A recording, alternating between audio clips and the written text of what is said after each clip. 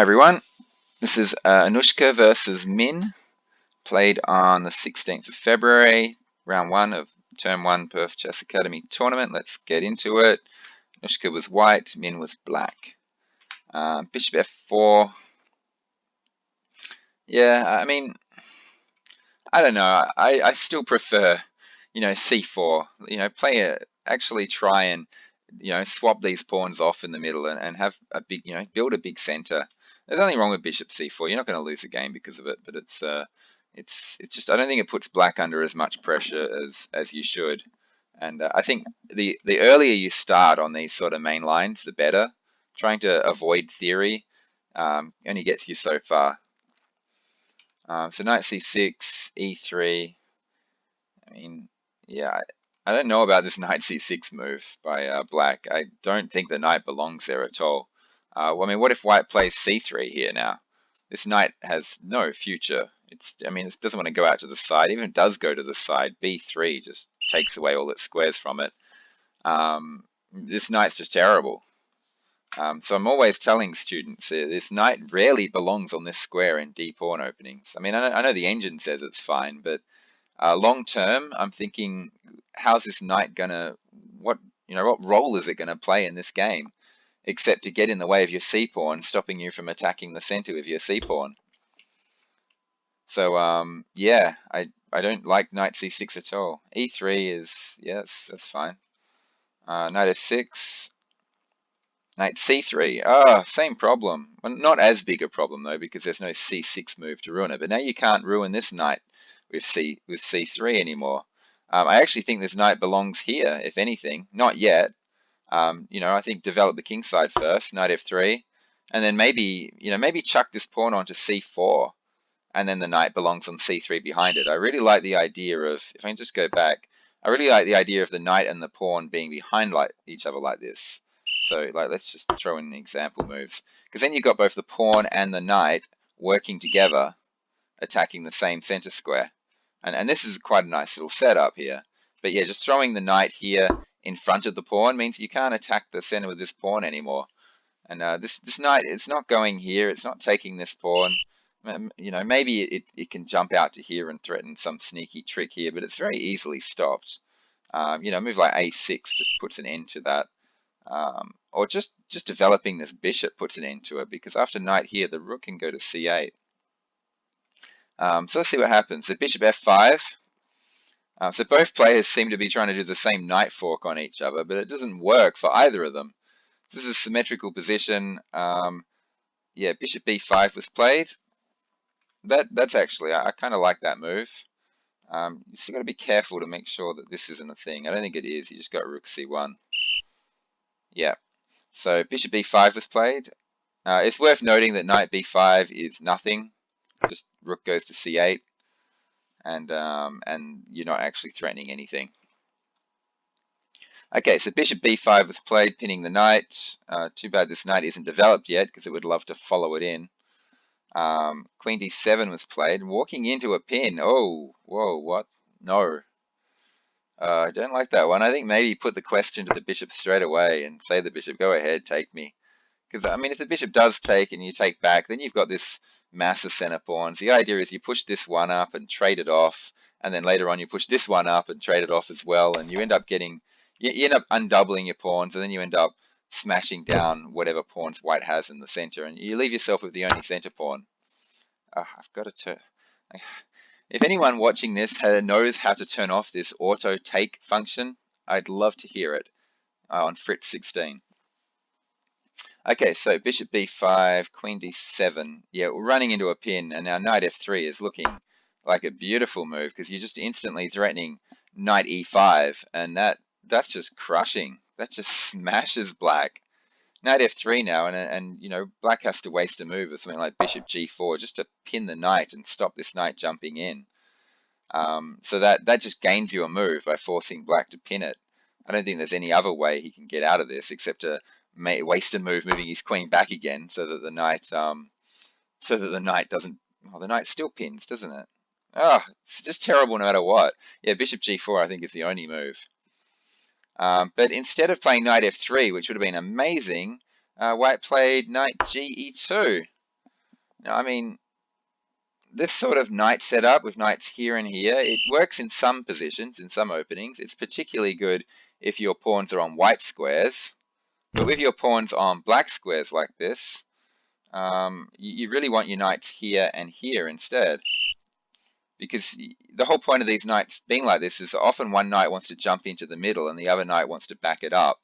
Now, if you had knights here and here, that could happen. You have this knight jumping into the middle and this knight backing it up.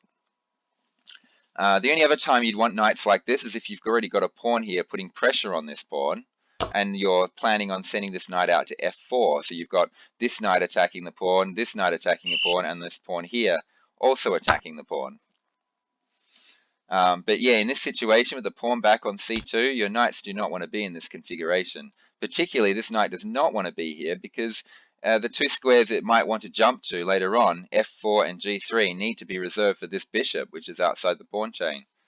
So yeah, it's a case of putting your pieces in positions where it doesn't really cooperate with your pawn structure and doesn't cooperate with the placement of your other pieces. When you are trying to decide where the best placement of your pieces are, you want them cooperating. In this case, you've got the bishop already eyeing e5, and you got your knight also jumping into e5. So the two pieces are working together brilliantly, particularly with this pin going on here, this knight being pinned to the queen. The knight works brilliantly with this bishop as well. The only piece not cooperating is this one, which, if it was here, would be cooperating because it would be helping the pawn advance here and also planning to follow, when this knight jumps into here, follow this in and back up behind it. So this is called peace, sort of peace harmony, getting your pieces working together towards a common goal. At the moment, you've got the bishops having one goal, and you've got the knights. I don't know what the knights are doing. They've got some other completely different goal to the bishops, and the bishops and knights are just having a massive war over where the pieces should be placed.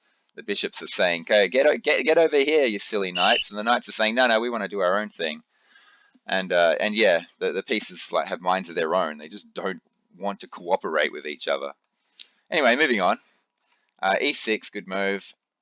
Bishop d3. This bishop was amazing here. I loved this bishop. It was pinning the knight to the queen and the king. It was just a great piece. I don't think I agree with moving the piece again, which is a wasted move.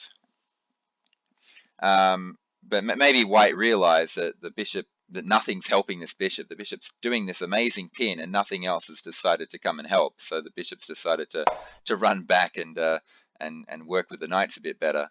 But it's not the best move here. Given that the knights are here and here, the general plan for having knights here and here is actually to play f3 and e4, because this knight here is helping e4. This knight sitting on here means it's not in the way of the f-pawn, and it has the option of jumping to g3, where it can also help this pawn here. Most likely it'll stay on e2 just to give this pawn enough defense, so that when you play e4, your d-pawn doesn't get too weak. So f3, I think, would be the sort of thing I'd be looking at doing. I didn't actually bother to check. Is that lose by force or anything? I better make sure. No, I mean, it gives black a slight advantage, but it's not bad or anything. There's nothing wrong with it. So bishop d3, I think black should be happy with this. Takes. Now, there's a couple of choices here. Taking with the queen looks a bit uncomfortable on account of knight b4 ideas. So taking with a pawn seems okay. You got this mass of center pawns, and your idea would be to advance them up the board. The problem is with the pawn now sitting on d3, getting e4 in is a bit tricky because this might become a little bit too weak. You might find the moment you get e4 in, you'll end up losing d4. So yes, it requires very careful planning by white to make sure white gets she gets her pieces in the right position so that this d4 pawn is well supported when you finally decide to play e4. We'll see how that plans out. Black now played bishop b4, just developing a bishop. Yeah, I mean, it's as good a place as any. Bishop e7, putting on e7 is the other option. Castles, yeah, get out of the pin, very good. Castles, it's just sensible. Knight b5. I mean, okay, yeah, you're threatening. Are you threatening to win a pawn? It really does look like your knight's I mean, you're threatening to take it. I mean, black can play rook c8, but I'm actually thinking of playing a6 here. Because the knight can't take the pawn, it just gets trapped. Interesting. I don't think I like knight b5. I think it's just so easy to stop. That, you know, these one-move threats, which are easily stopped, generally aren't a good idea. All you're doing is putting your pieces out of position, and you're not pursuing your main plan. The main plan is supposed to be to try and get e4 in, but how are we going to do that? Because after takes, this pawn here, it might be defended enough. I don't think you can play e4 straight away, because there is stuff going on here. Like, you've got two pieces attacking the e-pawn, and after the swap-off happens, there'll be two pieces attacking this pawn, but at the same time, you've got this bishop attacking this knight, and this knight tied down to the defense of this pawn. So if this bishop takes this knight and you take back with a pawn, you're going to lose a pawn on e4. If you take back with a knight, you're going to lose your d4 pawn. So e4 can't be played, I don't think. So let's just have a look at it. Takes. Can the bishop just take here now? And here we go. If the pawn takes, you lose a pawn.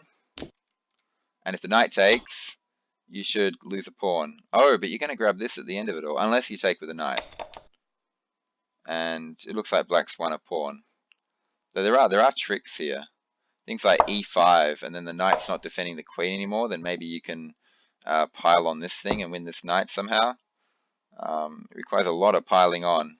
Oh, and you can't play knight there or knight there because he takes the knight with check. Okay, yeah, there's no tricks there. You can't play e4. The idea is, this is where it gets crucial. If you can ever find a time to play e4 safely and everything's protected, then you got to do it.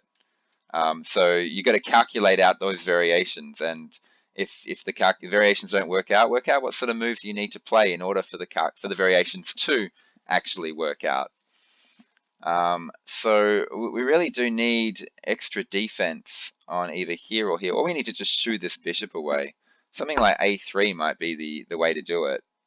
And, you know, if they take, at least we'll know what's going on in the center. I mean, if the bishop takes, you can take back with the pawn. And then d4 is brilliantly protected. And then you can start looking to maybe get this move in. Maybe with f3 and then e4 and just build a huge center. Yeah, so a3 would be the way I'd suggest. Basically tell the bishop, make a decision. And if the bishop goes back here, yeah, you could just trade it if you wanted to.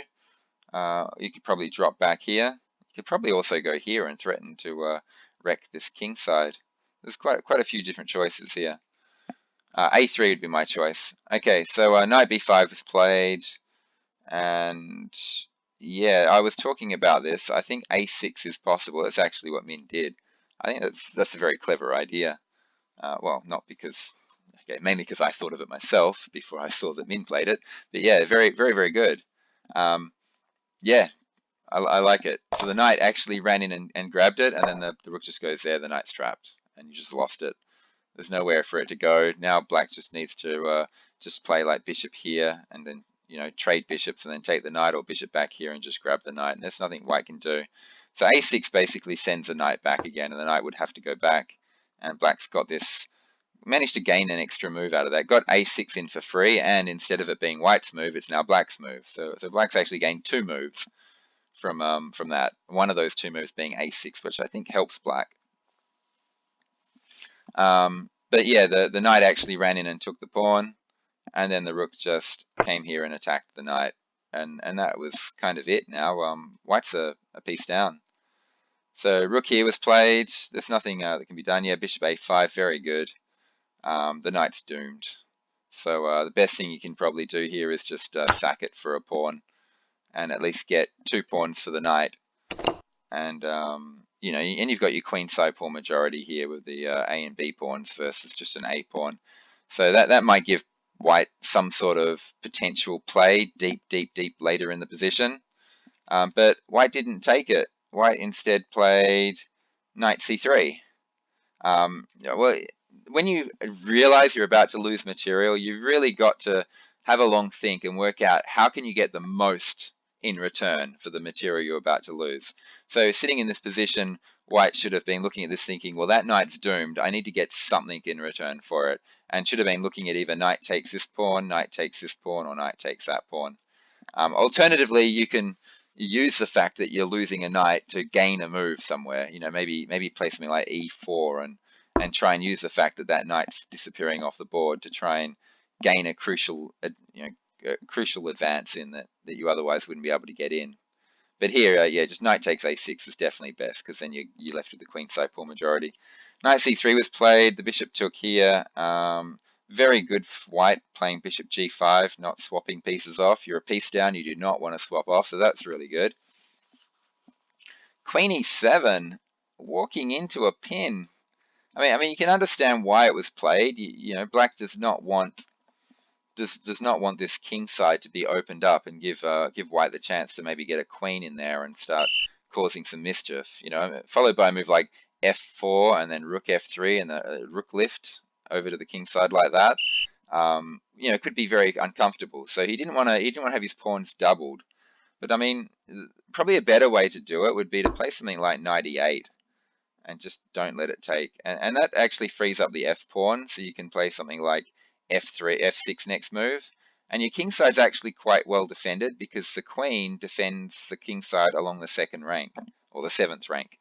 It's called a second rank defense, or a 7th rank defense. Pushing these pawns up one space so your big pieces, your rooks and queens, can defend that line. It's a good way to defend your king. The downside is you are airing out your king, but if the center's not opened up, this is a really good way to defend your king. So I prefer knight e8. Queen e7, I think, is giving white a bit of play, and white can start looking at things like maybe f4 here. And the basic idea is to try and rook lift your way into the position like this. You can go rook up, rook across, maybe slide the queen here, then queen out to here, and start threatening mates down here using the queen and the rook, which is on h3. Also, you can go for something like f5 if you really want to, and look to try and open this whole rook line up. But I do like the rook lift idea. Rook here, rook across, queen here, queen up, take the knight, mate on h7.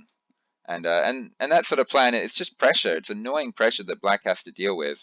And playing things like this might actually help white a lot. The bishop just drops back here, and now there's some holes. There's a weakness that can be exploited. Maybe this pawn can charge up the board and open up the g file or something like that. Get this pawn here, and you might be able to cause some mayhem. Once it gets there, if the knight moves away, the queen can come in, and the rook can lift up still and come across. Quite nice stuff there that white could try. But unfortunately, white didn't try any of that. f4 would have been great. Something I hope white remembers for next time. Don't just trade off a bishop for no reason, but she took here, unfortunately, and now black is fine. There's no danger on the king side at all. White still tried, but with the queen defending the king side here, and white kind of running out of pieces to attack the king side with, there's not much danger.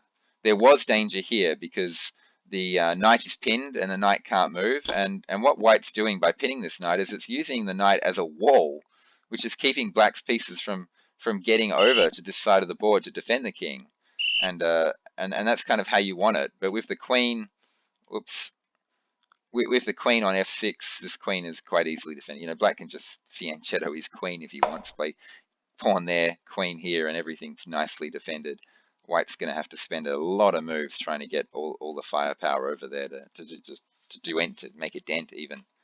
Okay, so knight e7 was played here, so black is just maneuvering pieces over to the king's side just to deal with this queen. e4, unfortunately, I don't think e4 is a good idea. e4 is a good idea. I don't think it's a good move. The queen's attacking d4. You can't play e4 unless this pawn is defended. You need to do something like knight e2 first to defend d4, and then go e4. And I mean, if you can go e4, e5, maybe you can set up an attack. Once the pawn gets to e5, your knight can jump to f4, or maybe this pawn goes to f4, and you might be able to do it that way. I don't know. You got to find a way to rook lift these rooks into the position and get this knight into the position as well. So knight e2 would be a way to do that. e4, I think, is it's just losing material. So black took, white Okay, so yeah, if white takes with the pawn, the queen just takes here, and black's position is pretty special, pretty great. Just a piece up, just a whole clear piece up. Instead, though, the knight took. Okay, so the idea here was to get the knight centralized and over to the king side, ready to set up some sort of checkmating idea on this king. The queen could just take this pawn for free, unfortunately. And yeah, how do we get over there? The main issue is that this pawn fork is now threatened. It wasn't there a second ago with the queen in the way, but now that the queen's moved out of the way, just a pawn fork straight out threatened. And you know, maybe something like queen h5 is needed here, just so there's no pawn fork anymore. And then the idea is you've got moves like knight here with you know, potential mating threats here. But I really like the idea of trying to put your knight here and then going rook here, hitting the queen, and then sending the rook over and lifting the rook that way. There's probably a bit of danger there. And this bishop probably is just going to move and tell that rook, no, you're not controlling the c-file. So unfortunately, black can easily stop all this, but at least it's pressure that white's threatening. Unfortunately, white kind of got the move order wrong. White decided to put the rook in here first. I mean, maybe that's okay. Yeah, I'm a bit concerned about this pawn just getting taken off the board, and then this rook is on pre. Oh, is it on pre? No, it's not on pre because of the knight check wins the queen. Maybe this is okay for white. The queen actually took on b2. Okay, now we really got to do something about this pawn fork. It's coming next move. Maybe queen here is the idea. Wait, now I know what I was thinking. I was thinking here, take here, and the idea was to threaten to play bishop here check with the discovered attack on the rook. Okay, queen b2, d4. Okay, so it looks like the idea behind d4 is to block the queen off, to interfere with the queen's defense of this side of the board. So the idea seems to be d4, and I'm going to chuck my knight in here with check. I don't think that knight move actually does anything, though. The king can safely sit on h8. Maybe the idea is a perpetual check. Queen here, pawn takes, queen check. Now, even then, the knight can jump in the way. Yeah, d4. I'm not too happy about that one. Maybe knight g5 is better, or maybe queen h5 is better. So that gets rid of the pawn fork, and the idea is to play knight to g5 with mating ideas on this pawn, and then follow up with rook across here. So yeah, rook c4 actually, I think, at first I thought queen needed to go here straight away, but no, I actually like Anoushka's move there, rook c4. I think it's good. Queen takes b2, yeah, and now queen h5, I think. What was played, however, was d4, which just ran straight into two different tactics. One of them is f5, which was played, the pawn fork, winning the piece. The other one is just bishop takes h2 check, running into rook takes c4. And I think they're both very, very strong. The one chosen was f5, and yeah, this knight is going bye-bye. Maybe, though, white can play g5, queen g5, so that if black takes the knight, the queen can take this knight here on e7. So if this takes here, then this takes there. But even then, there's still going to be bishop takes here check, followed by losing a rook. So it's still going to be bad no matter what. Though what happened was, white played knight f6 check, throwing the knight in there anyway. Yeah, unfortunately, just rook takes. Now, before the pawn moved to f5, knight there was a good idea. Unfortunately, with the pawn on f5, yeah, the rook is now defending the square f6, and now it's just all over. There's really what? So black stole the pawn. Black should have been doing this. So it looks like both players completely missed this tactic. Discovered attack, winning the rook on c4. Maybe, yeah. Okay, so queen a2, rook fc1, doubling. Even now, with the queen and the rook both attacking c4, bishop takes here check is still winning, because if rook takes c4, Queen takes. Queen's defending it. Once again, missing that tactic and instead playing knight to d5, which gives white a bit of time to fix the problems in the position. Maybe maybe rook can just drop back here. No, that still doesn't work because of bishop takes h2. What about this rook here move? I know there's back row mate ideas, but the simple plan is after this. Can you just go back again? Yeah, because there's no bishop check here because you can take the queen because the queen's on pre. Instead, g4 was played. It looks like white was trying to get rid of the back row mate and develop pressure with the same move, which is actually a clever idea. Unfortunately, the position, it doesn't work, unfortunately, because after the f pawn takes, this rook is attacking h on f2 along with the queen. However, if white were to play maybe something like this now, defends the pawn and attacks the queen at the same time, maybe there's something we can do with this. Unfortunately, white did not play that. White just took the pawn with the queen, and unfortunately just fell straight into a simple mate. Queen f2 check, king goes there, queen there mate, and that was the end of the game. So it was interesting. I'm really happy with white's attempts at attacking. I thought some of those ideas were really good. Just need to make sure they're safe. Unfortunately, quite a few of these ideas weren't safe. I liked rook c4. I don't like d4, unfortunately. But yeah, the idea of the rook coming up here attacking the queen and then swinging across to h4 is a brilliant little way to play. And we've just fix up the move order a little bit. And those sorts of attacks will actually start becoming pretty deadly. So anyway, I hope everyone enjoyed that and learnt something from the game. Thanks for listening, and I'll talk to you all later. Bye.